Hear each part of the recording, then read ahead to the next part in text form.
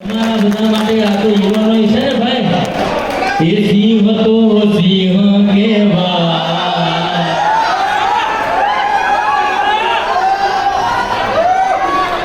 Swift ગાડી ભરવા motor